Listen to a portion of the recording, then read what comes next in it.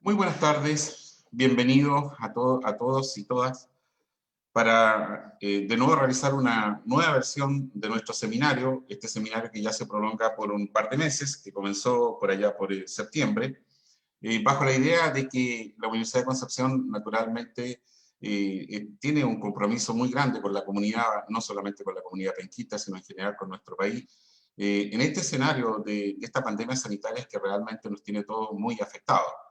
Y particularmente en la zona de que nosotros nos dedicamos, que es el ámbito del derecho al trabajo, también por supuesto ha provocado efectos muy graves. Y de allí entonces que la Facultad de Derecho de la Universidad de Concepción ha decidido realizar también un aporte, no por solamente la universidad, sino también los profesores que gentilmente nos colaboran en estos seminarios, como nuestros invitados, que son en esta oportunidad Francisco Tapia Guerrero y la profesora Carla Vara Marchán. Vuelvo a reiterar, la facultad está muy interesada en naturalmente que la comunidad a la cual sirve, digamos, y con mucho compromiso, entregar la versión que corresponde a los juristas, que corresponde a los especialistas, particularmente del derecho al trabajo, para enfrentar estas dificultades o graves problemas que tiene nuestro país a propósito de los efectos de esta crisis sanitaria en que estamos sumergidos. Y por lo tanto consideramos una actividad muy relevante. Desde ese punto de vista, también nuestros invitados cultivan también esta disciplina durante muchos años. En primer lugar, nuestro primer invitado, don Francisco Tapia Guerrero, un profesor destacado, doctrinador nacional y que ha participado en muchas instancias del proceso de la construcción de relaciones laborales en el Chile actual. Y también tenemos a nuestra invitada Carla Vara Marchán, también una profesora que se ha ido integrando ya más recientemente y que también ha hecho una gran contribución al desarrollo del derecho al trabajo. Ellos representan naturalmente un aporte serio, profundo de lo que tiene que ser el estudio del derecho al trabajo en el Chile actual. Así que de ese punto voy a comenzar primero con presentar al profesor Tapia. ¿Cómo está, profesor? Buenas tardes, bienvenido. Al parecer, ahí sí. ¿Cómo está, profesor Mella? Gusto verlo. Bueno, nosotros ya llevamos unos minutos antes. Francisco, bueno, usted ya es como de la casa, lleva mucho tiempo vinculado a la facultad, así lo saben muchos de nuestros exalumnos. Y así que también agradecemos su gentileza y la contribución que realiza a este seminario que nosotros para nosotros es muy importante, muy relevante, como ya lo dije. Y aquí, a mi otro costado, tengo a la profesora Carla Vara Marchán, que también ella ha sido una invitada permanente de nuestra facultad, pero más recientemente, su permanencia ya, ella recién ha terminado su estudio de doctorado, no hace tanto, y también con una gran contribución, sobre todo en el ámbito de un tema tan controversial como es el derecho a huelga, que en mi opinión está absolutamente inacabado todavía en el Chile actual. Quizás las condiciones que nosotros estamos en nuestro país naturalmente no permiten llegar a una conclusión única respecto de este derecho tan particular. Profesora, bienvenida, profesora Vara. Muchas gracias y gracias a ustedes por la invitación. Un gusto también en conocerlos, aunque sea a través de la pantalla, así que encantada de estar acá. Bien, gracias, profesora Vara. Bueno, ustedes como ya lo saben también quienes participan de este seminario, ella va a abordar el tema del rol de los sindicatos, naturalmente todo esto bajo el paraguas del impacto de la crisis sanitaria en nuestro país. Así que desde ese punto de vista los temas que abordarán los profesores se refieren naturalmente a los efectos que produce la crisis en esta relación laboral y que particularmente en nuestro país hoy día está teniendo un gran rol a propósito del tremendo desempleo que produce primero y en segundo, la mutación que debe hacerse al interior de los contratos de trabajo, en las relaciones individuales y también en el derecho colectivo. Tenemos una muy buena oportunidad entonces de ver aquí las dos visiones, de una perspectiva individual y una perspectiva colectiva. Pues bien, sin más trámite, vamos a comenzar con la exposición del profesor Tapia. Profesora Vara, usted igual que yo esperamos ahí que termine la exposición el profesor Tapia, y se me iba así una pequeña notita importante, que los participantes podrán realizar preguntas y ellas tendrán que dirigirla al muro del Facebook, por plataforma por el cual también se está naturalmente transmitiendo esta videoconferencia. Así que, Francisco, sin más lo dejo, nos encontramos un rato más. Muy bien. Muchas gracias, Patricio. Como dice, un agrado estar con ustedes una vez más. Yo siempre he tenido un... Ups. Ahí, parece que me moví y se fue. Siempre he tenido una muy buena aproximación con la universidad, con la facultad y en general con la región. De manera que, como siempre, un agrado. Lástima no estar allá, pero bueno, todos sabemos las circunstancias por las que estamos viviendo. Yo voy a hacer una pequeña exposición recogiendo lo que con la profesora Carmen Elena Domínguez, que es vicedecana de mi facultad, de la Facultad de Derecho de la Pontificia Universidad Católica. Escribimos una reciente obra que ha editado la Universidad de Concepción, precisamente sobre relaciones laborales y crisis sanitaria, en un trabajo que le llamamos, como esta conferencia también, lo primero, la relación laboral. A propósito de la crisis sanitaria, pero crisis sanitaria que hoy día está conviviendo, está cohabitando con una serie de otros fenómenos que se están produciendo en el mundo de las relaciones del trabajo, que obviamente van alterando lo que es lo que era, lo que estimábamos, no sé, lo normal en las relaciones laborales, como es, por ejemplo, la nueva forma del modo productivo, y que lo hemos visto particularmente en estos últimos días, en estos últimos tiempos, a propósito de la crisis sanitaria.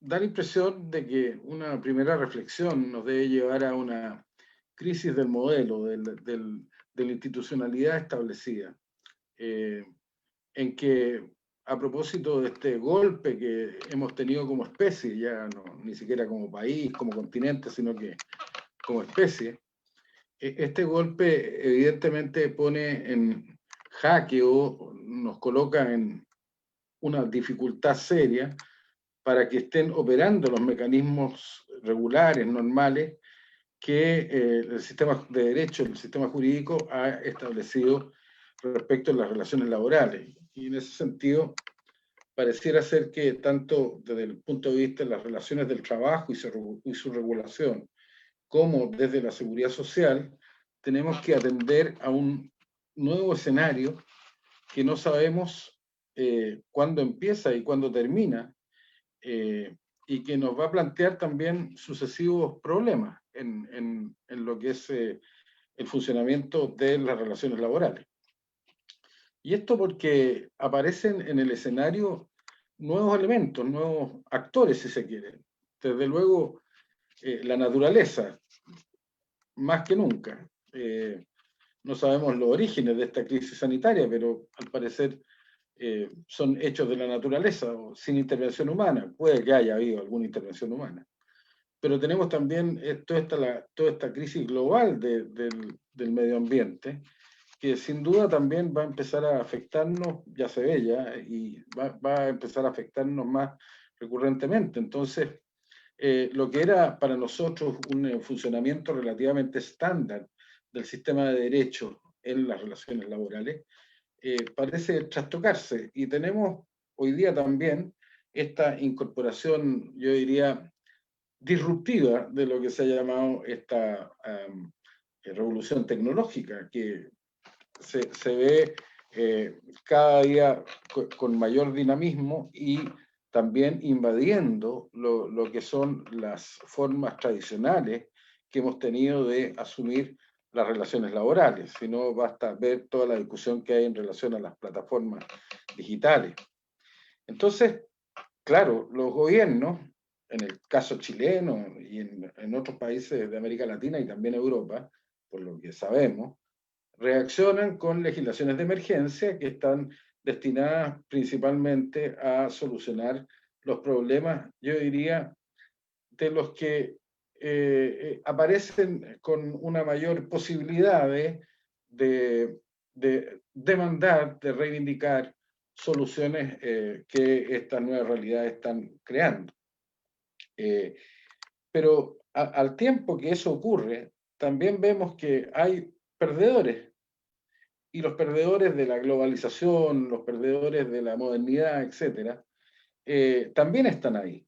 Y yo creo que lo que se ha dado, lo que nos ha mostrado esta crisis sanitaria es precisamente que hay un desajuste entre la regulación del trabajo en el sistema de derechos y las legítimas expectativas o los legítimos derechos que también tienen aquellos otros que no acceden a los beneficios que la institucionalidad otorga.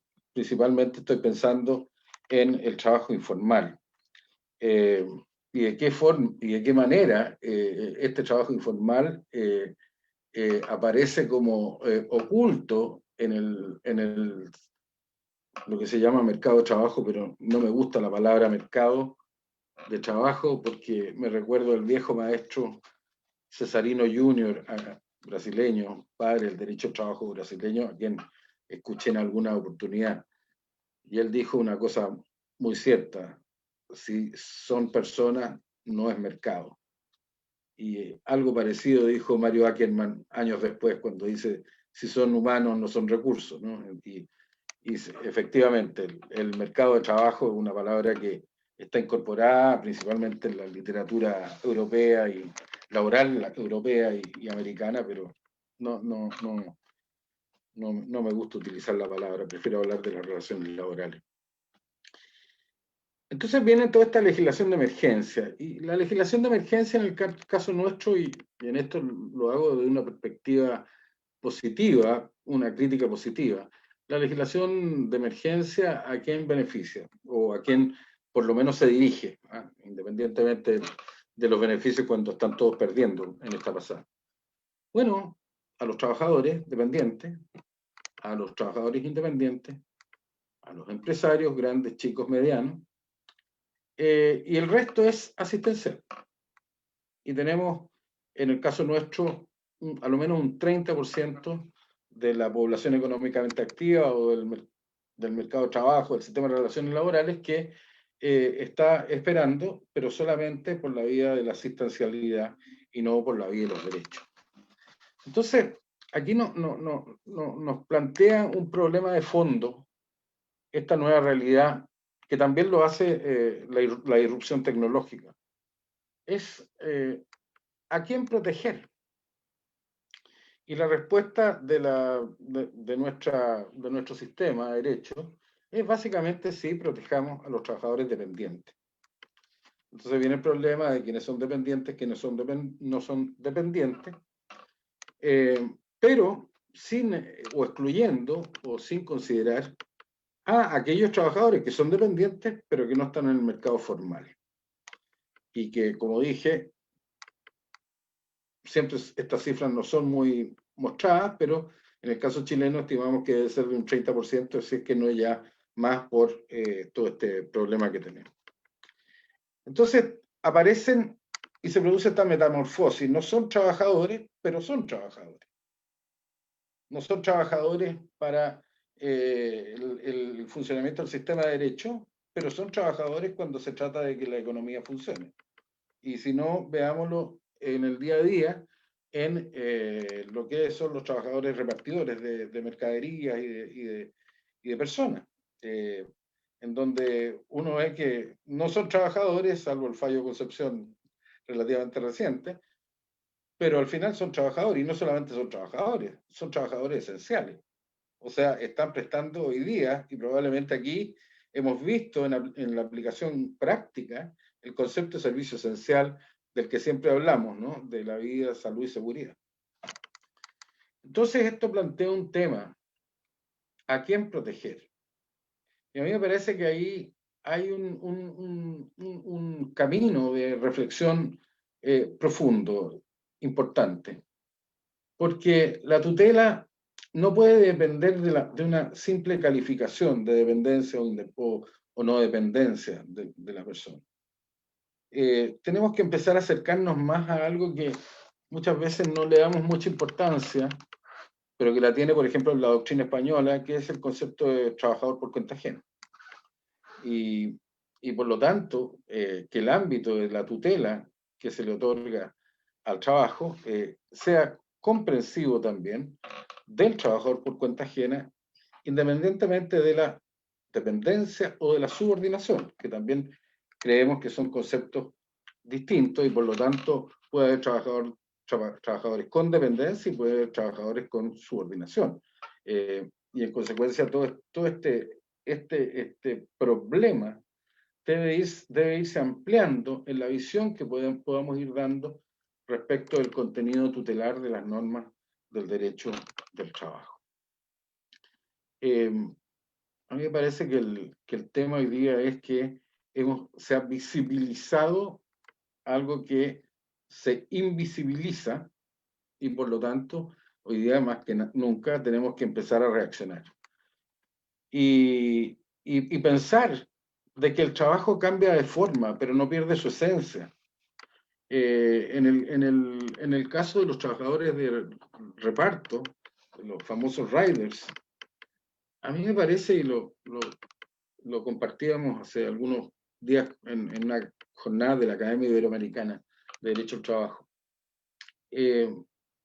lo que está mutando no es el trabajo, está mutando el contrato de trabajo, está mutando la forma de prestación de los servicios.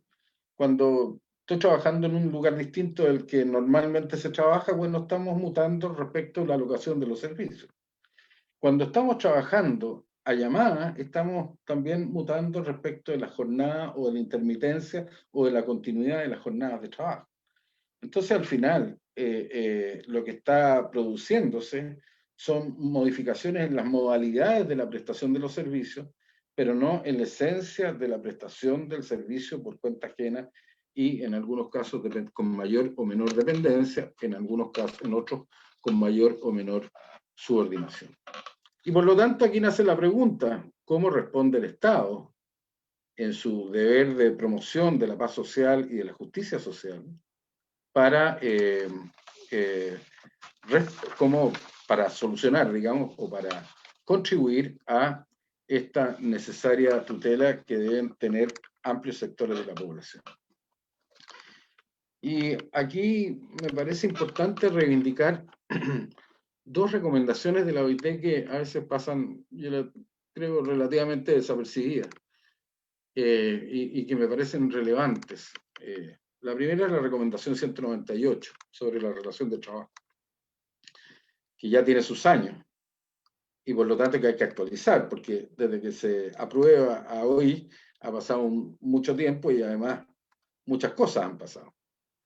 Pero evidentemente que el tema de la relación de trabajo hay que mirarlo en una perspectiva distinta, nueva, particularmente por la disrupción tecnológica. Y si bien esta recomendación nace como respuesta al fracaso que tuvo el convenio de tercerización en la OIT, que era muy complejo, es muy clara la recomendación en dos temas. Uno, en el tema de las zonas grises de la tutela. Efectivamente, siempre vamos a tener zonas grises de la tutela. Y por lo tanto, lo que tenemos que ir haciendo es clarificando de qué forma el contenido de tutela efectivamente se realiza, se desarrolla a grupos de trabajadores que tienen o están en situaciones que pueden discutirse, pero que al final no, la esencia, la cuestión de fondo no cambia. Que se trata de trabajadores por cuenta ajena y con mayor o menor dependencia. El concepto de dependencia y el de subordinación ha cambiado también mucho desde las primeras manifestaciones y por lo tanto se trata también de adaptabilidad. Y la segunda es de qué forma también, y lo dice la recomendación, se combate el fraude de la ley. Porque aquí a veces utilizamos la economía para algunas cosas y no para otras, pero previo a la calificación jurídica de una relación dependiente o no dependiente, hay que ver quiénes son. Y creo que en el tema de la plataformas digitales en general, porque también hay situaciones especiales, no sé, o da la impresión de que hay situaciones especiales. En el tema de las plataformas digitales, aquí hay un modelo de negocio. Hay alguien que se plantea desarrollar un emprendimiento, como se le llama ahora, y va determinando cada uno de los hitos que va a cumplir. Y también va a requerir del aporte de terceros, que van a contribuirle con su actividad personal, con su trabajo personal. Y previo al objeto y causa del contrato de trabajo, vamos a estar frente a un modelo de negocio que va a determinar, que va a predeterminar ese contrato. Y por lo tanto, desde esa perspectiva, está vinculado el objeto y la causa de ese contrato a la definición previa que se ha tenido al contratar. Entonces, aquí hay un tema que debemos ir despejando desde el punto de vista de la contratación. Y lo mismo respecto del fraude. Entonces, la recomendación 198 da una serie propone una serie de medidas de política pública, pero también medidas legislativas. Entre otras, desde luego, la sanción a las figuras fraudulentas, pero lo que más me parece relevante es cuando llama la actualización de los indicios. Porque los indicios de hoy no son los mismos de hace 10 años y los de 10 años no son los mismos de hace 20. Y en consecuencia, tenemos que tener aquí la capacidad de ir adaptando a la realidad lo que es la respuesta del derecho. Siempre recuerdo a mi querido amigo Oscar Hermida, que algunas veces estuvimos con él en Concepción, en la Universidad de Concepción, en jornada, y hacía la referencia a esta dualidad, este binomio entre el derecho y la realidad. En consecuencia, creo que ahí hay un elemento de reflexión, principalmente mirando el concepto o el problema de la dependencia y subordinación y la ajenidad como manifestaciones del contrato. Y el segundo, que creo que es el más importante, el relativo a qué hacer con la informalidad. Y aquí está la recomendación 204, en que también, como la anterior, propone medidas legislativas, propone también políticas públicas.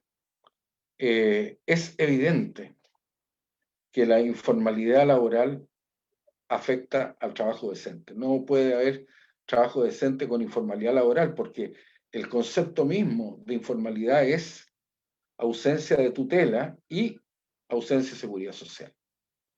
En consecuencia, la tolerancia que se pueda tener con la informalidad es ir contra la necesidad de trabajo decente.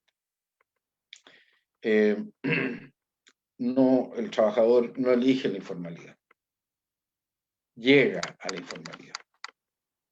En consecuencia, no siendo un acto voluntario del trabajador, la sociedad tiene que reaccionar. Y aquí está el tema de la solidaridad y también de las políticas públicas. Y por cierto, y claro, es un tema complejo desde el punto de vista del funcionamiento del sistema, de las medidas que puedan ir tomando los gobiernos para ir transitando desde la informalidad a la formalidad. Por lo tanto, pareciera ser de que hay muchos temas, muchos problemas que tenemos frente a esta crisis sanitaria. Pero vuelvo al principio. Pareciera ser que una respuesta necesaria también debe ser que lo primero es la relación laboral. Porque al final, y esta me parece a mí, fue, por lo menos lo sentí como una reflexión muy propia del problema que estamos viviendo, es que las medidas que se tomen cuando hay exclusión, esto va a significar asistencialidad. Claro, es un elemento de la protección social, pero no es un elemento de la protección social que se conjugue con la justicia. Y por lo tanto, da la impresión, da la sensación de que tiene que haber un gran esfuerzo colectivo del Estado, pero también de las partes sociales, de los propios empresarios, de las empresas, en promover y acercarse a la formalidad para poder hacer posible esto del trabajo decente, que es lo que quisiera. Obviamente que eso también exige diálogo social, pero aquí le dejo ese tema a Carla porque ella va a entrar en ese tema, pero me parece también que son temas que están muy vinculados con el drama que estamos viviendo como sistema, como nación, etcétera, etcétera. Profesor Mella, gracias. Muchas gracias, Francisco. Tu exposición ha sido bastante claro. Muy interesante destacar la visión que nos ha expresado en esta primera etapa de este seminario, particularmente por lo siguiente, y por supuesto ahí me aprovecho del planteamiento de Francisco. Pareciera ser que las sociedades como las nuestras, particularmente el capitalismo liberal hoy día, casi siempre tienen o colocan las cosas como si hubiera una opción a la cual solamente hay un destino. El trabajo humano, para que sea bien protegido, tiene que estar en la esfera de un trabajo subordinado, un trabajo protegido, con una relación laboral muy desarrollada, que es la experiencia que conocemos. ¿Acaso fuera del derecho del trabajo o del contrato de trabajo ya no hay más protección? El profesor Tapia nos hace una reflexión respecto de ese ámbito, de lo que ocurre o lo que está ocurriendo también. Pero quizás, también como contribuir un poco a este debate, yo tengo la impresión también de que probablemente mientras más débil sea el Estado, mientras menos capacidad tenga para enfrentar lo que se denomina hoy día los derechos sociales, seguramente vamos a estar reclamando mucho del derecho del trabajo y vamos a hacer un gran esfuerzo por incorporar entonces el trabajo humano a ese sector, por el nivel de protección.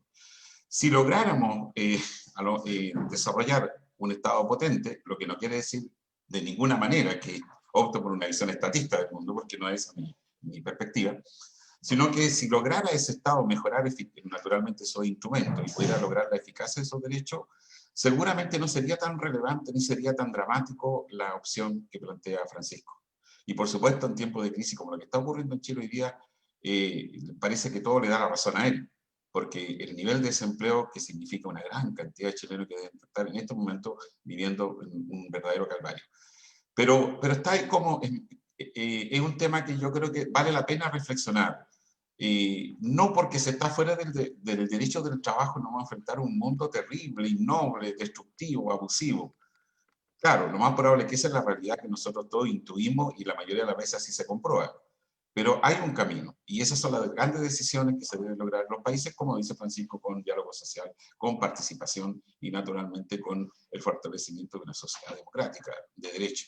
Y para allá vamos. Bueno, en esta interesante reflexión ahora también vamos a pasar a una segunda parte, una visión del efecto de las crisis que producen el derecho colectivo, particularmente la libertad sindical y en una de sus vertientes más importantes, que es el derecho sindical o los sindicatos. Y sobre eso, bueno, yo voy a dejar a nuestra querida invitada, a Carla Varas, para que nos exponga también su perspectiva en esta conferencia que naturalmente es muy interesante para nosotros de escuchar, porque nos aborda este segundo aspecto y que ella la tituló como el rol de los sindicatos en tiempos de crisis. Carla, bueno, adelante, la dejo entonces con la exposición. Muchas gracias, profesor Mella. Les vuelvo a reiterar mis agradecimientos y reiterar también, bueno, más que reiterar, agradecer al profesor Álvaro Domínguez por la invitación a participar en esta importante obra colectiva, sin duda una temática contingente que es necesario reflexionar y hacerse cargo por los devastadores efectos que esta pandemia ha tenido y sigue teniendo en el ámbito de las relaciones laborales. Saludar también al profesor Francisco Tapia, que me acompaña en este día. Un agrado verlo, hace mucho tiempo no nos veíamos, aunque sea por esta nueva modalidad en que nos estamos hoy relacionando. Bueno, lo que yo escribí en esta obra colectiva y lo que quisiera hoy más o menos dar cuenta de las bases generales de esta reflexión es en relación con el rol de los sindicatos, precisándolo a la situación que estamos viviendo de esta crisis y emergencia sanitaria. Antes de eso, como contexto general, yo quisiera apuntar algunas cuestiones que creo que esta crisis sanitaria ha dejado al desnudo, ha dejado en evidencia. El profesor Tapia recién comentaba algunas que son muy relevantes y con las cuales concuerdo, y que es importante tenerlas en el contexto para ver luego de qué manera en otra realidad, porque sabemos que esta no es la realidad que tiene nuestro país en relación con el fomento del diálogo social y con el rol protagónico que debieran tener los sindicatos, precisamente cuando el país está atravesando esta crisis tan dura que no solo nuestro país lo está viviendo, sino que el mundo entero. Y estas cuestiones que ha dejado en evidencia la crisis sanitaria son cosas que ya a estas alturas nos van a parecer bastante obvias. Primero, la precariedad y la baja calidad de las relaciones laborales en Chile, en relación con la baja protección que tiene nuestro modelo de relaciones laborales y que nos lleva entonces a tener una gran cantidad de trabajadores, quizás un porcentaje muy, muy alto de trabajadores y trabajadoras en Chile que tienen condiciones laborales precarias, tanto en relación a salarios bajos generalmente, y también en relación con la estabilidad de los vínculos.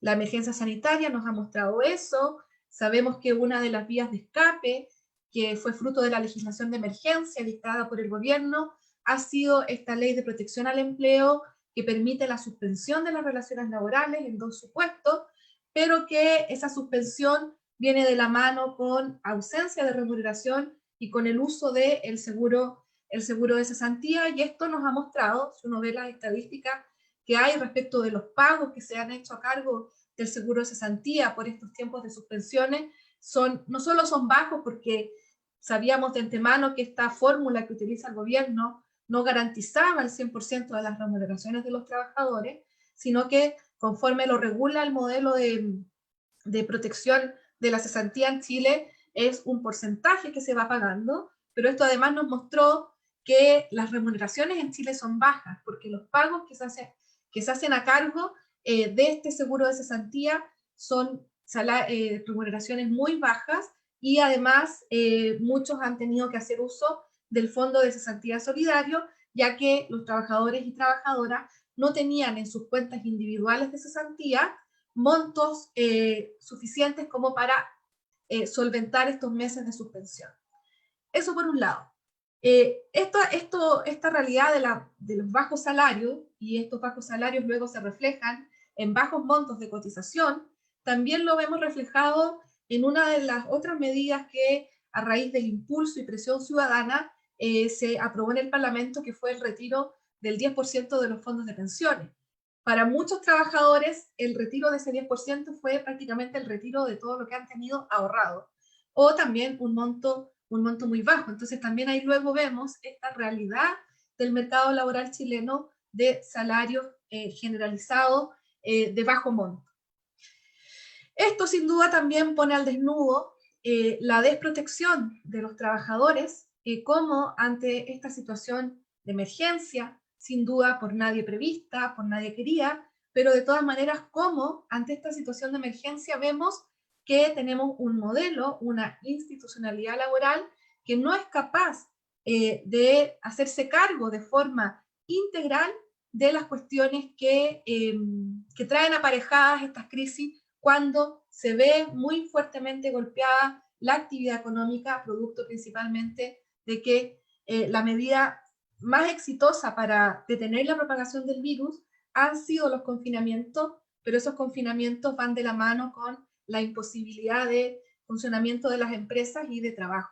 Y eso sin duda afecta a un porcentaje muy importante de trabajadores y trabajadoras en nuestro país que no pueden optar por la modalidad del teletrabajo, que ha sido una erupción en este tiempo. El teletrabajo ha llegado con fuerza, sin duda ha sido una válvula de escape muy importante para empresas y para trabajadores y trabajadoras, pero lamentablemente esta modalidad solo toca a algunos pocos que pueden efectivamente desarrollar su trabajo desde su casa y con todos los resguardos que esta crisis y emergencia sanitaria nos ha exigido tener.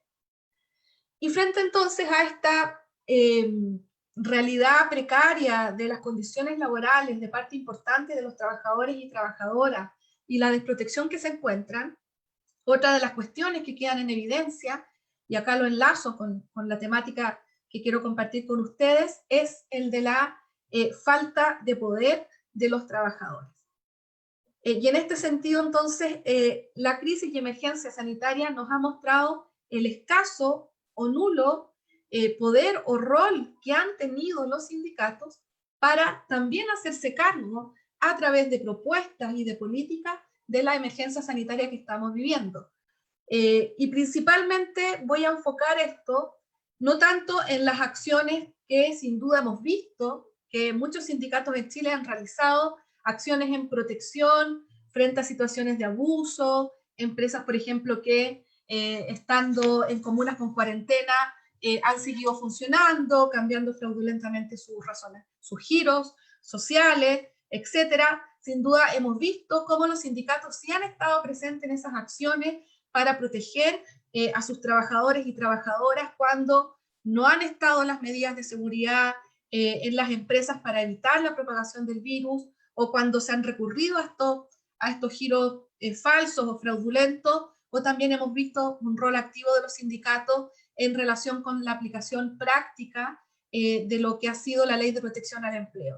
Hemos visto ahí quizás el ejemplo más importante ha sido el del sindicato de Starbucks, que incluso recientemente vimos a través de los medios de comunicación cómo a propósito precisamente de la denuncia que ellos hicieron en los tribunales del trabajo en Santiago por suspensiones ilegales de los contratos de trabajo, finalmente Starbucks acepta llegar a un acuerdo que significó sin duda algo muy importante para estos trabajadores y trabajadoras. En ese ámbito, entonces, hemos visto que ha habido acción de los sindicatos y que se ha mostrado a la ciudadanía, sobre todo en estos tiempos tan convulsionados y que nos ha acompañado también el debate constitucional, nos ha mostrado la importancia del sindicato, y a los trabajadores y a las trabajadoras nos ha mostrado la importancia de afiliarse y participar en un sindicato. A lo que me refiero con el escaso o nulo rol ha sido en el nivel del diálogo social. Esta legislación de emergencia que nos ha comentado recién el profesor Francisco Tapia, es una legislación que se ha hecho unilateralmente por parte del Poder Ejecutivo. No ha habido diálogo social, no ha habido una presión efectiva del actor sindical para efectos de que el gobierno pueda también incorporarlo dentro del debate para hacer estas propuestas de emergencia. Lo que hemos visto es la tónica de lo que han sido en general los procesos de reformas laborales en nuestro país desde el retorno a la democracia, donde el sindicato simplemente tiene un rol cuando es llamado a la comisión de trabajo respectiva para que dé su opinión, pero respecto de un proyecto de ley que viene fijado de manera previa por el Poder Ejecutivo y en el cual el sindicato o las centrales sindicales más representativas de nuestro país tienen escasa o nula incidencia para poder modificar. De hecho, el ejemplo yo creo que más claro ha sido precisamente la Ley de Protección del Empleo, que ha tenido sucesivas modificaciones y que cuando se debate en su proyecto originario, la Central Unitaria de Trabajadores levanta una serie de críticas, y no solo críticas, sino que propuestas de perfeccionamiento. Una de las más importantes ha sido, mire, esta ley no distingue entre los tamaños de empresa respecto de las cuales pueden acogerse a la misma, y sin duda eso marcó mucho descontexto en el ámbito sindical, dado que empresas, grandes empresas, como precisamente este conflicto que recién les comenté de Starbucks, grandes empresas se acogieron a la ley estando incluso en funcionamiento, que es lo que también ocurrió con Starbucks. No dejó de funcionar pese al estado de emergencia en el que hemos estado. Entonces, ha existido y hemos sido testigos de cómo el actor sindical no ha tenido un rol protagónico en esta emergencia sanitaria, tanto desde la perspectiva macro, esto que les comento, ausencia de diálogo social para poder generar esta legislación de emergencia y hacer frente a los problemas más notorios y evidentes que nos está dejando esta crisis y emergencia sanitaria, pero en segundo lugar también ha estado ausente en el ámbito ya incluso más local o más de sector de producción o incluso a nivel de empresa, donde no se ha aprovechado, y esto luego lo vamos a anclar con las características del modelo de relaciones colectivas en Chile, no se ha aprovechado la herramienta de la negociación colectiva para dar algún escape o salida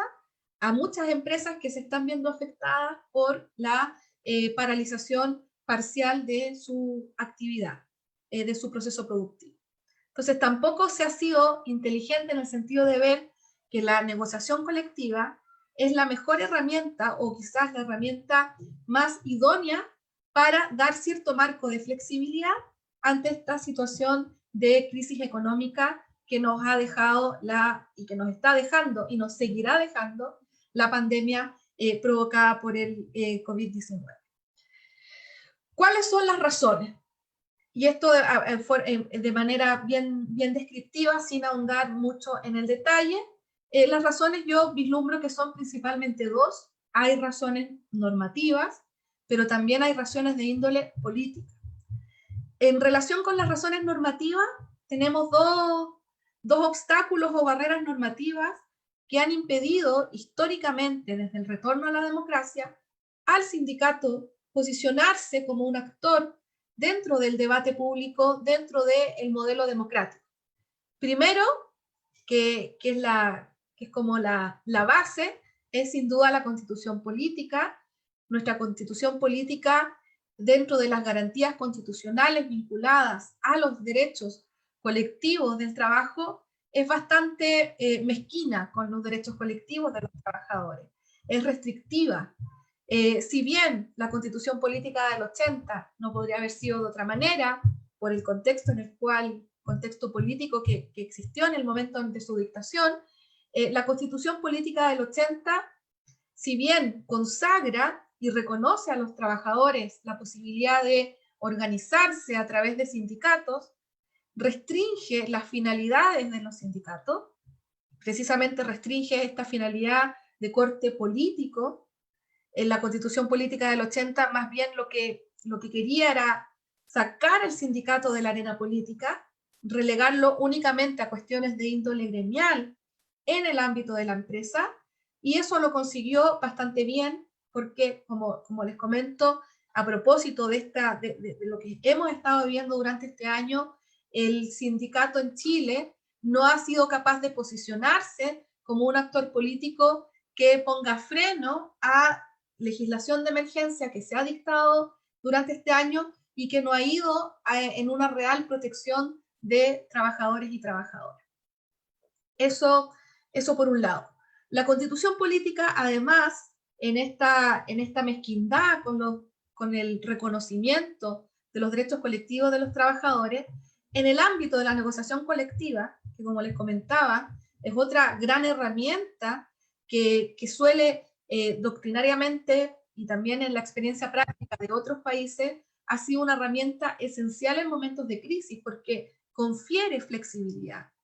Cuando hay un sindicato poderoso en un sector o incluso en una gran empresa, efectivamente ese sindicato, consciente de la crisis que se está atravesando y de cómo esa crisis está afectando a la empresa, acuerda con su contraparte en forma transitoria y temporal ciertos ajustes a beneficios económicos que están recibiendo y que dada la emergencia que se vive, no pueden ser mantenidos por algún lapso de tiempo, hacen esos ajustes necesarios precisamente para que las empresas puedan estar en mejor pie para salir adelante de la crisis.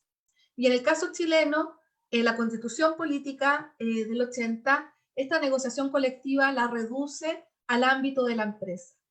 Y en una configuración de las empresas en Chile, donde el mayor porcentaje son pequeñas empresas, sin duda que reducir la negociación colectiva a nivel de empresa genera una atomización y fragmentación que debilita el poder negociador de los trabajadores y trabajadoras. Qué importante es entonces el poder avanzar y que ojalá, a propósito del debate constitucional y ya específicamente al debate de los contenidos, ya los debates que hemos tenido previamente han sido a propósito de la importancia de generar el cambio, pero ya existiendo un consenso bastante mayoritario de que se quiere un cambio constitucional, ahora a propósito de los contenidos, sin duda, las cuestiones vinculadas con ampliar el nivel de la negociación colectiva va a ser de mucha importancia. Y en último lugar, ya también algo común en estos tiempos es cómo la Constitución política aborda la huelga, que es sin duda la herramienta que históricamente nos ha mostrado que es la única herramienta del lado de los trabajadores capaz de poder generar una suerte de equilibrio en esta relación laboral esencialmente asimétrica para la defensa de los intereses de los trabajadores. La Constitución Política del 80 no la reconoce expresamente como derecho, la regula y hace referencia a ella solo para prohibirla, para determinadas categorías de trabajadores, y con eso la Constitución sella entonces esta fórmula de restricciones de los derechos colectivos más que de generar una plataforma constitucional de promoción de la libertad sindical. Luego este paraguas constitucional, luego viene la ley, y en el caso chileno, pese a las modificaciones que ha tenido el modelo de relaciones colectivas del trabajo luego de la dictadura militar, han sido modificaciones que no han sido capaces de tocar los puntos claves que hemos heredado del plan laboral de la dictadura y que han hecho entonces que el sindicato esté condenado a la intrascendencia.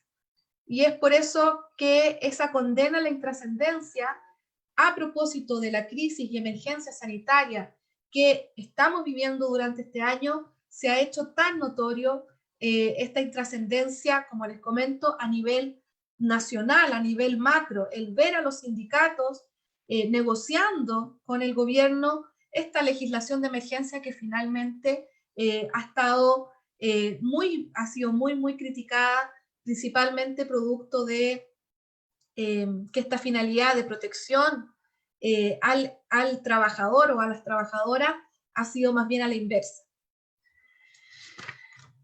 Y estas restricciones normativas también van de la mano de las definiciones políticas, porque más allá, sin duda, de que tengamos fuertes limitantes y que han condenado al sindicato a la intrascendencia en el plano político, de todas maneras, cuando un gobierno tiene una definición clara, donde el diálogo social no es una piedra angular del debate de las políticas públicas, sin duda que eso también va a ser un mecanismo que va a generar la intrascendencia o nula participación de los sindicatos. Y en ese aspecto es importante recordar, junto con las recomendaciones que recién el profesor Tapia en su intervención nos comentaba, la recomendación número 205 de la Organización Internacional del Trabajo, y que precisamente es una recomendación que está pensada para estos tiempos, para los tiempos de crisis. ¿Cómo poder superar estas crisis económicas sin perder de vista esta gran meta que es el trabajo decente? Y ahí en esta recomendación la clave o el rol protagónico es precisamente el diálogo social. Cómo a través del diálogo social y a través de la intervención de los sindicatos a nivel nacional, a nivel de sector y a nivel de empresa puede resultar crucial para salir ojalá lo mejor parados posible de esta fuerte crisis económica que estamos atravesando. En definitiva, y para cerrar mi intervención, muchas veces cuando se atraviesan crisis económicas, no solo producto de la pandemia que nos ha tocado vivir, sino que en general saltan las voces en relación a las rigideces y los altos costos que impone la legislación laboral para salir Entonces, muchas veces el derecho del trabajo es visto como una traba para poder superar y salir adelante luego de una crisis económica. Se demanda muchas veces flexibilidad tanto para el modelo de contratación, mientras más flexibilidad demos, entonces las empresas van a reactivar la oferta de empleo y disminuir a consecuencia las tasas de desempleo. Flexibilidad funcional, flexibilidad en el ámbito de la reordenación del tiempo de trabajo y flexibilidad de salida. Y eso sin duda esa solicitud de flexibilidad debe ir necesariamente de la mano de modificaciones legales que hagan que la intervención heterónoma por parte del Estado sea más ligera en el ámbito de la relación individual de trabajo. Y entonces la pregunta que surge a consecuencia de esas demandas por mayores dosis de flexibilidad y adaptabilidad es si acaso el derecho del trabajo debe renunciar a su rol tuitivo en pos de la superación de la crisis y la reactivación económica. Y mi reflexión que está en esta obra colectiva que les he comentado es que no. Es que el derecho del trabajo en este plano de la relación individual, donde usualmente hablamos que la misión ha sido establecer un conjunto de derechos mínimos de carácter irrenunciables en protección del contratante débil, esa parte del derecho no debe ponerse en duda cuando estamos en tiempos de crisis económica. Esa parte del derecho debe estar orientada a su permanencia y cualquier modificación debe suponer un avance para la protección de los trabajadores y trabajadoras y no un retroceso. En tiempos de crisis económica, la flexibilidad y esta adaptabilidad debe venir de la mano de la negociación colectiva. Pero no de la negociación colectiva o no del modelo sindical que tenemos en Chile, sino que de un modelo con sindicatos fuertes a nivel nacional, a nivel sectorial y a nivel de empresa, que puedan en un pie de igualdad negociar ciertos ajustes en los beneficios económicos principalmente para efectos de que las empresas puedan sortear con éxito estas crisis. Distinguir también entre empresas, porque por ejemplo, en la crisis que nos ha tocado vivir, sin duda hay empresas que se han visto fortalecidas. Telecomunicaciones, insumos básicos, alimentos, los supermercados. Me recordaba a propósito cuando recién se estaba iniciando la crisis, que yo viví a propósito de mi doctorado en Salamanca, y una de las cadenas de supermercados de España, como vieron un aumento en las ventas, a propósito de la desesperación que tiene la gente, el miedo de aprovisionarse con alimentos porque no sabemos cuánto tiempo va a durar esto, aumentaron mucho las ventas y en los supermercados a consecuencia de ello negociaron con los sindicatos aumentos de sus salarios, porque si a la empresa le estaba yendo mucho mejor, eso también debe ir de la mano con valorar quienes sustentan esa empresa, que son sus trabajadores y trabajadoras. En el caso chileno no hemos visto eso. Lo que hemos visto es que las grandes cadenas del retail, que también ocupan participación en los supermercados, lo que han querido es, por el contrario, acogerse a la ley de suspensión del empleo y de esa manera reducir sus costos. Entonces son ópticas muy diferentes y por eso digo que esta posibilidad de adaptabilidad a través de la negociación colectiva supone sindicatos fuertes y también debe suponer buena fe. Buena fe de ambas partes, de los trabajadores con sus organizaciones sindicales y buena fe de las empresas, donde transparenten cuál es su realidad frente a esta crisis, cómo ha golpeado esta crisis a las empresas, para de esa manera, negociadamente y a través de los acuerdos, ir buscando salidas transitorias, porque sabemos que esto va a pasar. Quizás va a demorar más de lo que lo teníamos previamente pensado, pero va a pasar y luego la economía va a volver a reactivarse y ahí entonces los recortes transitorios ya no van a tener justificación y por el contrario, si luego la economía se reactiva y las empresas vuelven a tener grandes ganancias, eso también debe significar una nueva negociación para readecuar ya a la alza y no a la baja estas condiciones y beneficios económicos. Como les comentaba, en nuestro país este anhelo de esta negociación colectiva aún estamos muy lejanos, tanto por cuestiones normativas como también por patrones culturales y definiciones políticas, y es necesario que avancemos porque esta crisis nos ha mostrado de forma muy evidente la necesidad de que tengamos un sindicalismo mucho más robusto y un modelo de relaciones laborales promotor del fenómeno sindical, porque el actor sindical sin duda es clave para el desarrollo en justicia y con equidad de nuestro país. Eso. Bien. Muchas gracias, profesora Vara, por su intervención. Y naturalmente, en la misma línea que usted indica, nos podemos percatar entonces de la importancia que podrían asumir el rol de los sindicatos hoy día en tiempos de crisis, el gran aporte que podrían naturalmente producir en el funcionamiento tan complejo que enfrentamos. Y por supuesto que hay que hacerse cargo de algunos grandes temas del derecho al trabajo. No cabe duda que uno puede convenir de que probablemente las soluciones heterónomas que provienen de la legislación, a la cual nuestro país tiene una gran predilección, porque yo siempre he pensado en esto, y no sé si comparten ustedes conmigo esto, pero yo entiendo que nosotros en nuestro país tenemos una idiosincrasia que está muy arraigada al texto escrito, y por eso que siempre pensamos que una ley nos va a resolver.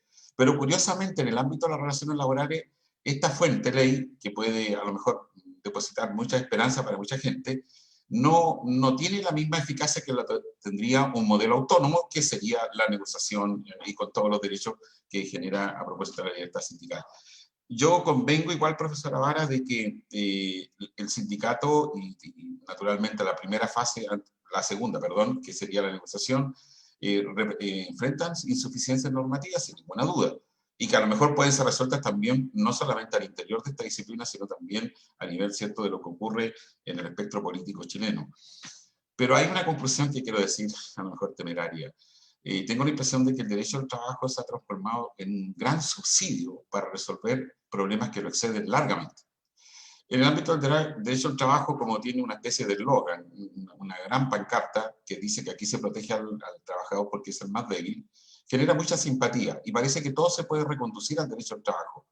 Yo tengo la impresión que eso no está bien, porque eso hace exceder el ámbito de la relación laboral y va a impactar derechamente en el funcionamiento tanto de los sindicatos como en la negociación.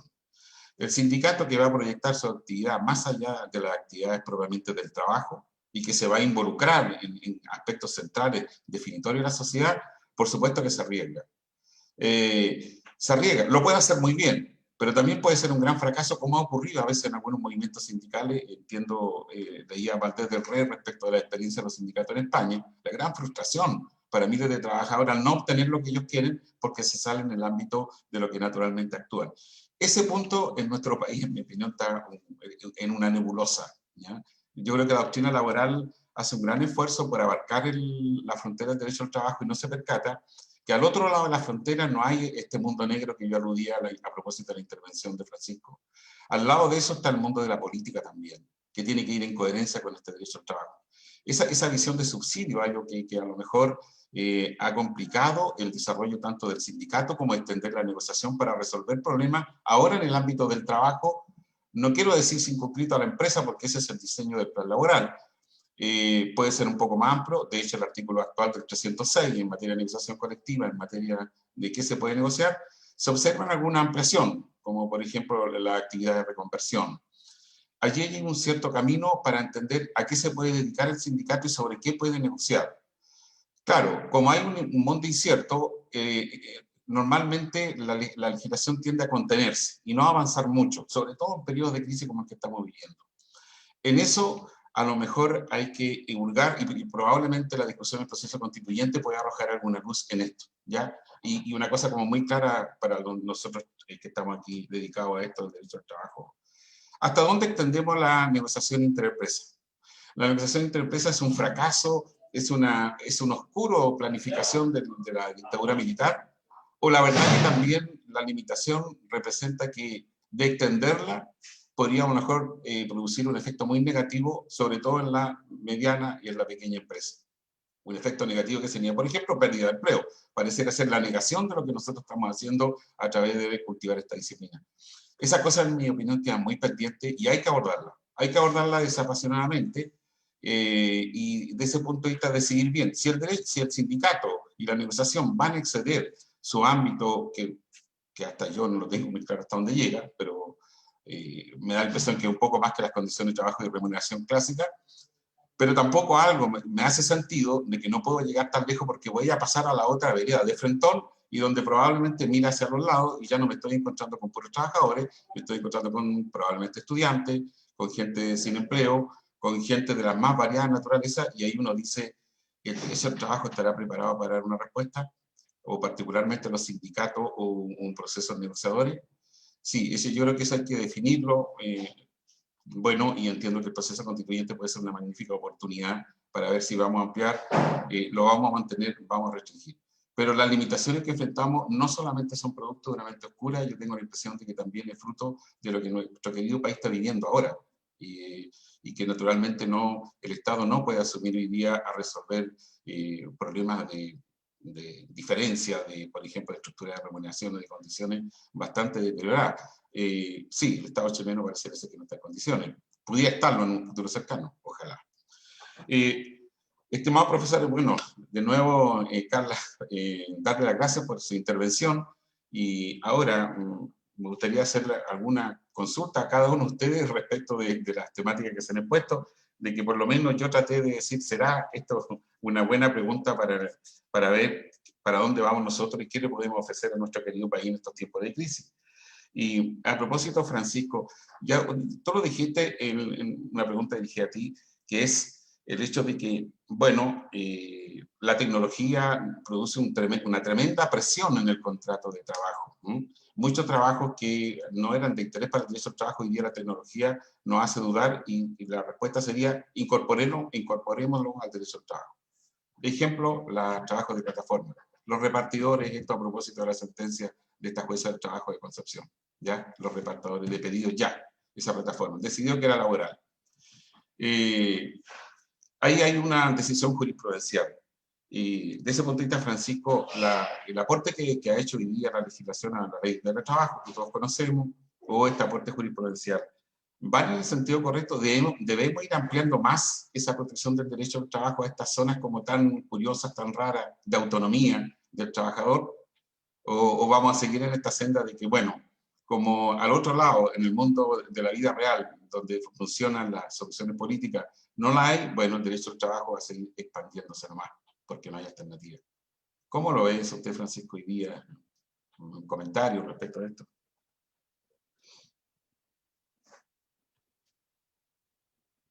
Está sin audio, profesor Tapia. Sí. Ahora sí, ahora escuchamos. Sí, gracias, Patricio. Gran tema y extremadamente complejo. Quiero unirme a las felicitaciones que hizo Carla antes, a Álvaro Domínguez con la edición del libro, porque se dedicó tuvo mucha dedicación, nos persiguió mucho para sacar luego los trabajos y al final sacaron una muy buena obra que yo creo que va a ayudar mucho a las reflexiones que debemos hacer. El tema de la tecnología, yo diría dos elementos, ¿no? Porque no soy experto pero de la reflexión que hago con el derecho al trabajo. La primera es que estamos frente a un proceso que está en curso, que no sabemos dónde termina. Y al final ignoramos también cuáles son sus límites. Porque me imagino yo, y esto los que son más jóvenes lo van a entender mucho mejor que yo, pero me imagino yo que el desarrollo que está teniendo la tecnología es tan relevante, tan invasiva, que puede tener efectos en el desplazamiento de los trabajos, en el desplazamiento del empleo, incluso en las formas de convivencia. es un mundo que se nos plantea con una incógnita en donde probablemente lo único que hay es incerteza más que certeza. Entonces, a mí me lleva esto a la segunda parte. Yo creo que tenemos que generar un modelo democrático de relaciones laborales que no solamente considere el diálogo social, sino que también introduzca elementos de solidaridad. Y cuando digo elementos de solidaridad, no es solamente una solidaridad entre los pares, sino que lleva a otro tipo de políticas también. Y aquí estamos en un terreno de la política mayúscula, ¿no? Por ejemplo, bueno, ¿qué significa la introducción de tecnología desde el punto de vista del desplazamiento del empleo humano? ¿Tendremos derecho a pedir contrapartidas por la utilización de la tecnología? ¿Qué significa, por ejemplo, la utilización de la tecnología desde el punto de vista de la seguridad social? En que con un régimen contributivo, los que son desplazados de los puestos de trabajo no van a tener con qué, digamos, financiar sus carencias o sus contingencias, y por lo tanto el tema de la seguridad social también empieza a complicarse. Entonces, es una cuestión que hay que, sobre la cual tenemos que reflexionar, pero en una perspectiva, yo diría, de la solidaridad, y no solamente de solidaridad en el plano laboral, sino que también en el plano político, en el plano tributario, en el plano, en fin, va a abarcar, porque al final, fíjense, nosotros, yo no sé cómo va a terminar esto, porque nadie lo sabe, ¿no? Pero lo que uno observa es que estamos llenos de contingencias que nos pueden llevar a cuadros muy reiterados como los que estamos viviendo.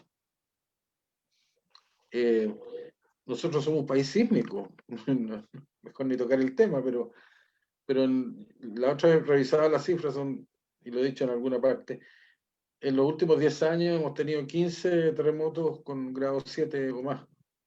Eso significa que un país sísmico que está expuesto a estas interrupciones que se producen con motivo de este fenómeno natural.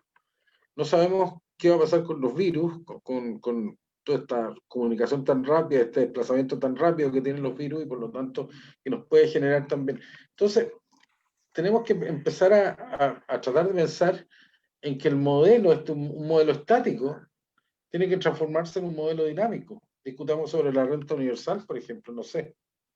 Discutamos sobre ingresos comunes básicos de solidaridad social. En fin, tenemos que trastocar lo que hay, porque si lo que viene o lo que vamos a vivir es anormal, bueno, de alguna forma tenemos que modificar también la estructura.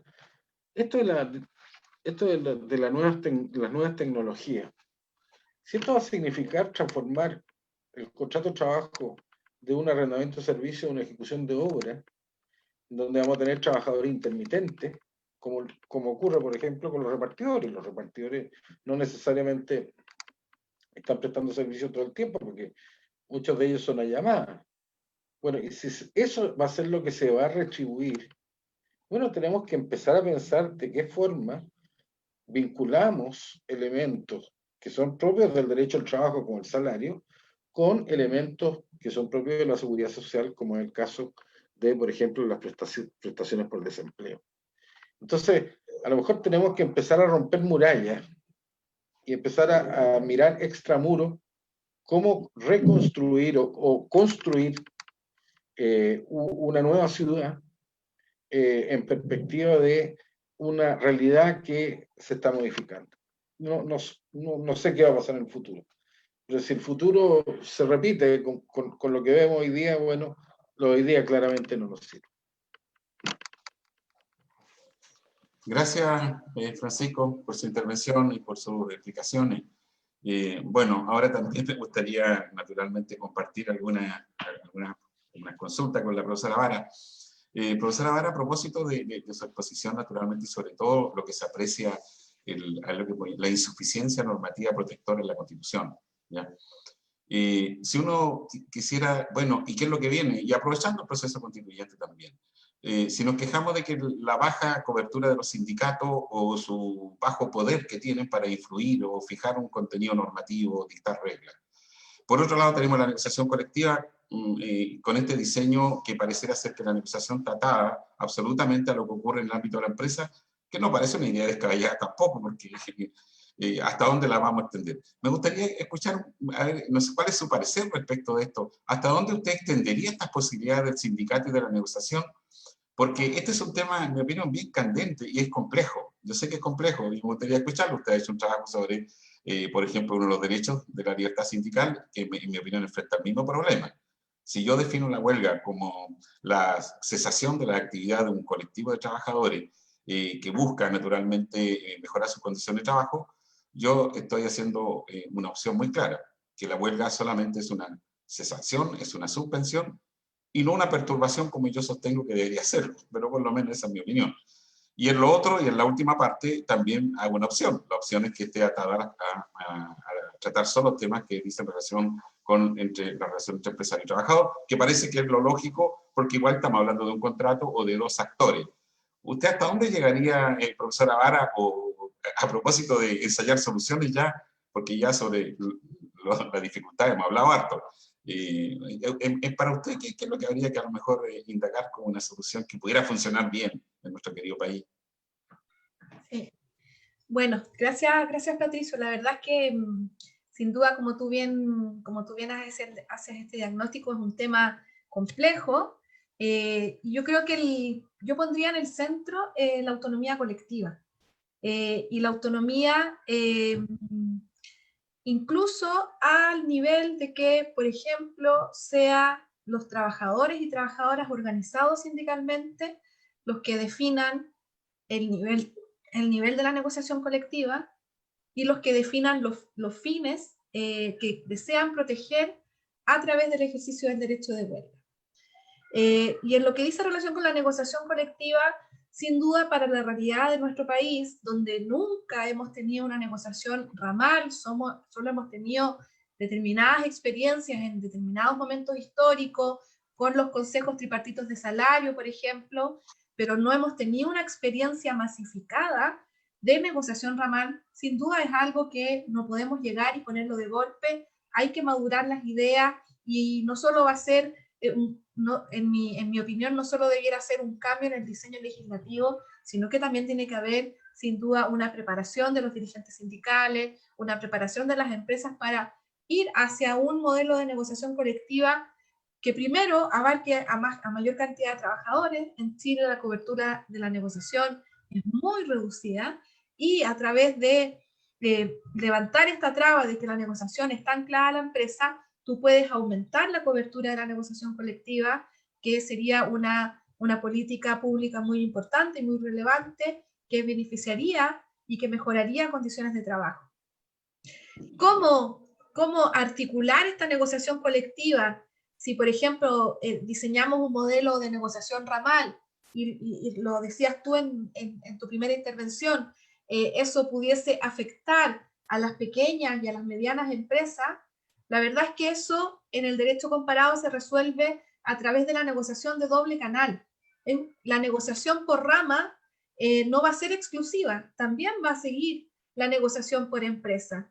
Y la negociación por rama va a ser un techo mínimo para todos, de manera de irradiar a todos los sectores, incluso aquellas empresas pequeñas, donde no hay sindicato o donde es muy difícil formar un sindicato, incluso esas empresas pequeñas se vean obligadas a un estándar mínimo. Luego, cada empresa, sobre todo las grandes empresas, podrán mejorar ese mínimo con negociación ya más localizada a nivel de empresa. Y esa es la fórmula para poder compatibilizar. Y en materia de huelga, bueno, yo creo que la huelga sin duda necesita ser liberalizada. En Chile la tenemos anclada al procedimiento de negociación colectiva, pero esta herramienta de presión del lado de los trabajadores debe poder cumplir una finalidad mucho más amplia, de manera de hacerse, por ejemplo, cargo a propósito ahora de la emergencia que estamos viviendo y de empresas en las cuales no se han adoptado las medidas de seguridad necesarias para evitar los riesgos de contagio en los centros de trabajo, los trabajadores debieran poder ejercer la huelga por faltas de medidas de higiene y seguridad, o debieran poder ejercer la huelga para presionar ante políticas, por ejemplo, discriminatorias hacia la mujer, o cuando hay prácticas antisindicales, etcétera, etcétera. Debiera estar por sobre la finalidad exclusiva de negociar un instrumento colectivo de trabajo.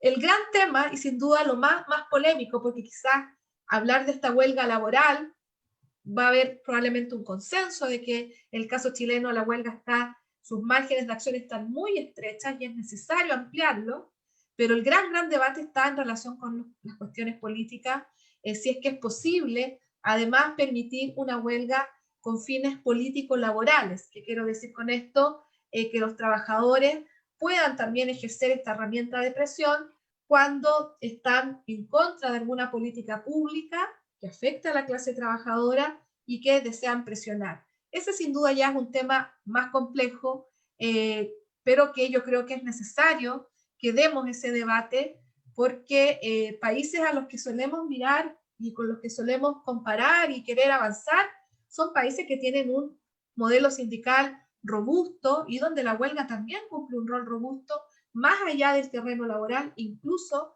en este ámbito político-laboral. Y en ese contexto, y para finalizar, yo creo que no tenemos que perder de vista que el derecho es un fenómeno político. Entonces, no, ese miedo de querer mezclar, o muchas veces que se separa el terreno de lo estrictamente jurídico de lo político, para mí yo creo que esa es una falsa dicotomía, porque al fin y al cabo, cuando un modelo, como por ejemplo, entre los años 79 y 80, donde se implementa el plan laboral y la Constitución del 80, todas las definiciones que se tomaron en el terreno laboral fueron definiciones políticas, porque el derecho es una herramienta política, y por lo tanto ahí se van a ver plasmadas las ideologías. En ese momento imperó una determinada ideología y luego se va avanzando, y la sociedad somos todos y todas los que debemos ir definiendo e ir ajustando nuestra institucionalidad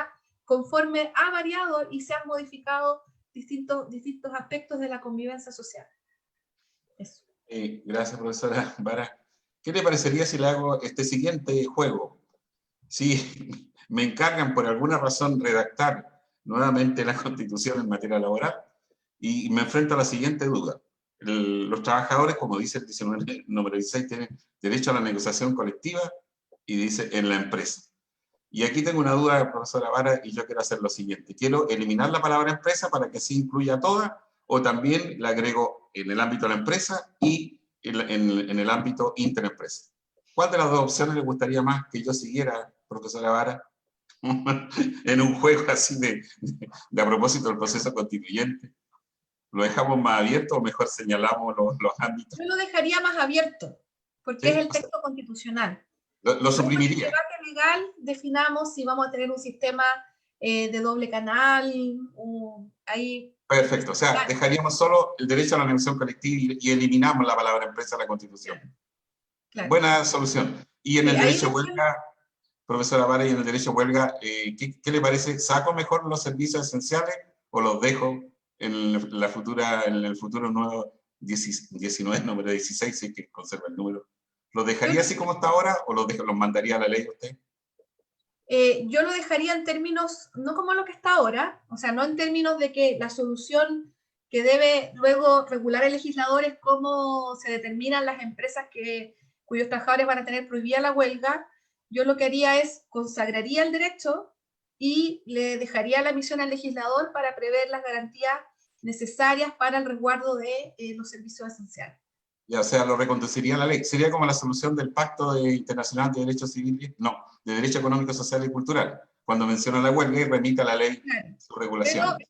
Pero yo lo remitiría a la ley indicando, y esto como resguardo de un legislador que pueda ser adverso o hostil a la huelga, indicando que estas medidas de garantía en ningún caso pueden suponer una privación total de la huelga a los trabajadores. Reiterando el 19, número 26, pero al interior de un precepto. Claro. Muchas gracias, profesora Vara. Bueno, no sé, quiero ofrecerle la palabra para decir algún comentario respecto a lo que se ha dicho aquí.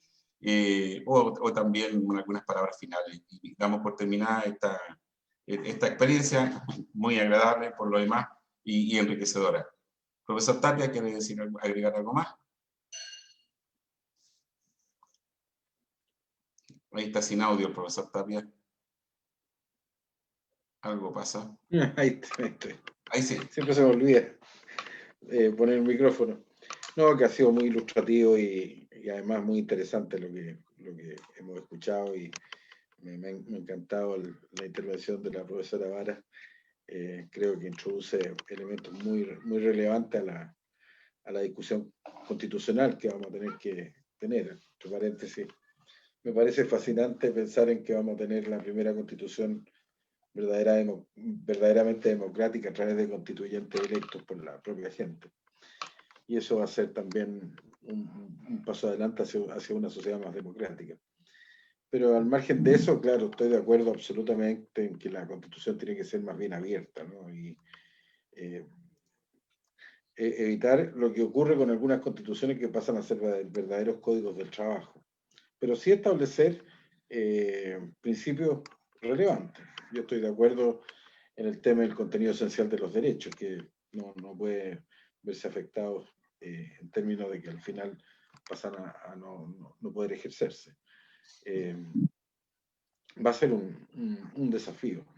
A mí me gustaría mucho promover la libertad sindical desde el punto de vista de las relaciones colectivas del trabajo y también individuales, en lo que toca al trabajador mismo, y también promover el trabajo decente, ir buscando todo ese lenguaje nuevo que tenemos que adaptarlo a un sistema de derechos humanos distinto del que posiblemente conocimos hace mucho tiempo y que quedó plasmado en constituciones anteriores. Solamente reivindicar una sola cosita adicional en materia constitucional, reivindicar la Constitución de 1925 en su reforma de 1971, que me parece que fue una constitución muy democrática.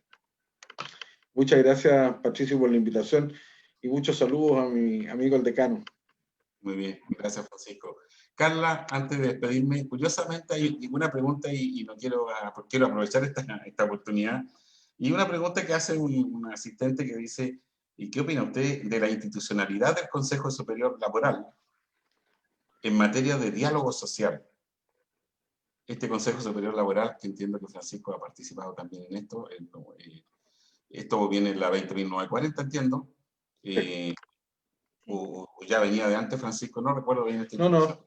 La pregunta entonces para usted, Carla, era así. ¿Qué opina entonces de la institucionalidad del Consejo Superior Laboral en materia de diálogo social? Si puede hacer un comentario breve antes de terminar este. Muy breve, creo que es muy intrascendente. ¿Sí? O sea, más allá de lo que indica la ley, yo no he visto opinión, no he visto que tengan propuestas concretas, por ejemplo, con la emergencia sanitaria.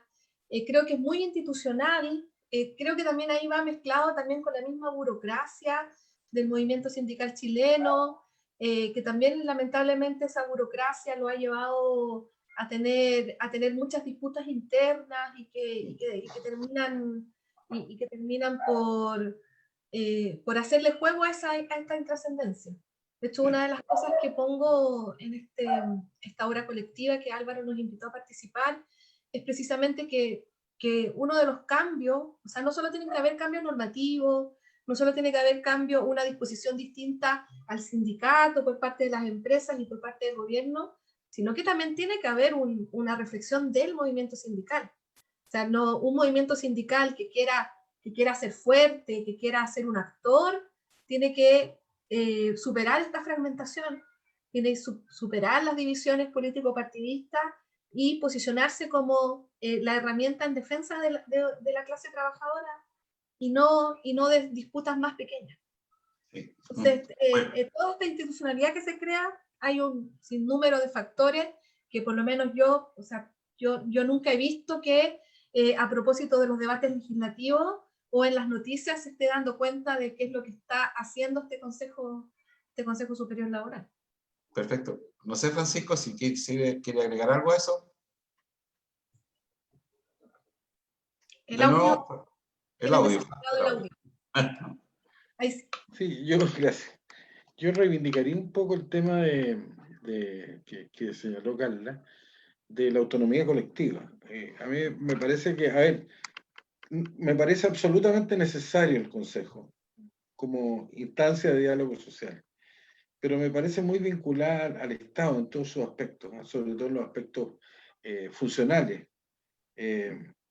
Ignoro, porque no conozco por dentro el tema, pero ignoro, por ejemplo, que si tiene posibilidades de encargar estudios para una determinada posición frente a un determinado tema. Tengo la sensación de que no, que depende mucho, y no lo digo respecto a este gobierno, el anterior y de los que vengan, va a depender mucho del Ministerio del Trabajo, de la Subsecretaría del Trabajo, no sé. Entonces, creo que hay que darle una relevancia y probablemente a lo mejor una norma de participación social constitucional sería interesante también. Sí. Bueno, aquí siempre aparece, está dando vuelta a esto, esta solución heterónoma versus una autónoma. Aquí estos órganos que aparecen de repente muy burocratizados producen ese efecto de que pareciera ser que nos alejamos de la herramienta que nosotros estimamos más idónea, que es la autonomía colectiva. Sí, así también yo no conozco el tema, pero puedo hacer esa pequeña observación. Bueno, profesora Ara, también me quiero despedir de usted y de ambos y agradecerle naturalmente la diferencia de haber aceptado esta invitación. Ustedes también formaron parte del texto que llevó adelante Álvaro Domingo y con Diego Rosa de la facultad con mucho éxito, en la cual intervinieron la mayoría de los profesores de la maestría de Derecho al Trabajo que tiene la Facultad de Derecho de la Universidad de Concepción. Así que muchas gracias y hasta luego, que nos veamos en la próxima oportunidad sin novedades.